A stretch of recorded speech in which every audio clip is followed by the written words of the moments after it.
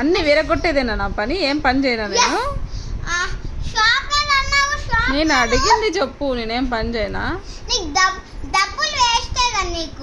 నాకా?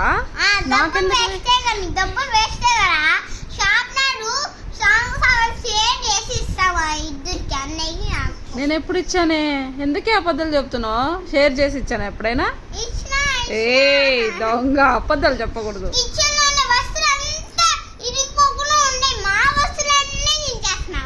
నేనెప్పుడు అబద్ధాలు బేబీ? చూడు, అలా చెప్పచ్చా?